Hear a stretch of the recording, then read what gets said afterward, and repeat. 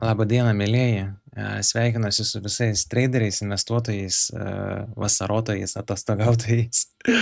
Norėjau pasirodyti, kad vis dar esu gyvas, pasirodyti, kad mano short pozicija nuo 79,1 yra vis dar aktyvi, turim plus 12 000, kad mūsų ar ne vis dar galutinis tikslas yra štai čia prie 30 000, tai yra prie 40 500, tiek bitkoinas turėtų tokią kainą pasiekti, kad mes galėtumėm tokį pelną realizuoti. Vat, norėjau pasirodyti, kad vis dar esu gyvas, kad darbai vyksta, to mechanizuoto tradinimo netiek daug vyksta pas mane. Vasarą tikrai nedaug likvidumo ir jeigu mes prisiartintumėm Bitcoin chartą, tai mes turim realiai štai tokius kertinius taškus. Tai yra prie 67 000, tarp 67 000 svyraujam iki 57 000. Tai čia yra mūsų range'as, kurį mes galim tradinti, ar ne? Ir aš esu suinteresuotas tik tai apatinę range'o dalį kol kas tradinti, o papildomai prie short pozicijas pridėti šitoje vietoje kol kas nenoriu. Nenoriu kadinti savo average price, ar ne? Tai va, tai ta suma ir ta visa techninė analizė yra štai tokia, nieko ypatingo.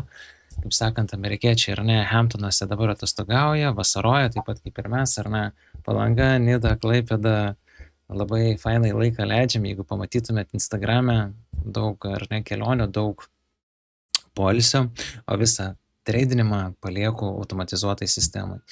Tai automatizuotos sistemos ar ne visas playlistas yra štai čia. Jeigu jūs norit automatizuoti savo investavimą be jokio įsikišimo, tai pažiūrėkite tiesiog šitos video. Tai va, tai, o daugiau nieko nėra ką kalbėti. Iš tikrųjų, stumdame šitome mažame range ir kažkokių tai didesnių judesių nematom ir kad kažkas būtų verta ar ne mūsų dėmesio, mūsų energijos vasaros laikotarpiu, tai tikrai to nematau. Vasarą galim skirti ar ne poilsiui, mokslams, bet tam aktyviam tradingui tai tikrai suabejočiau ir dar pasiginčyčiau. Tai vat.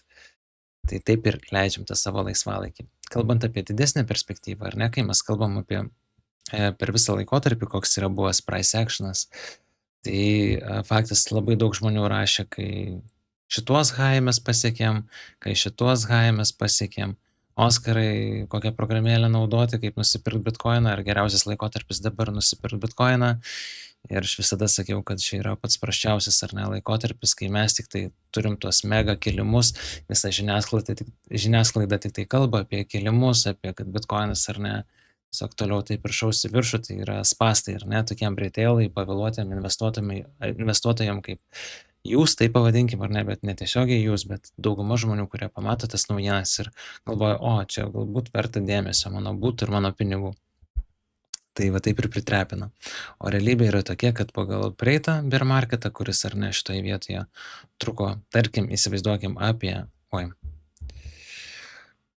kuris truko apie metus, ar ne, visa šita zona ir lygiai taip pat mes esam dabar šitoje zonoje ir aš tikiuosi dar didesnio pakritimo tarp 48 ir 38 000, kur mes čia galėtumėm irgi ar ne 100 bars, tai metukus pabūti, va, šitoje vietoje, kur matote, va, pilką, o čia galėtume mes metus apsistoti. Ir jau šitoje vietoje aš aktyviai spotę tikrai pirksiu bitkoiną tarp 48 ir 38 000.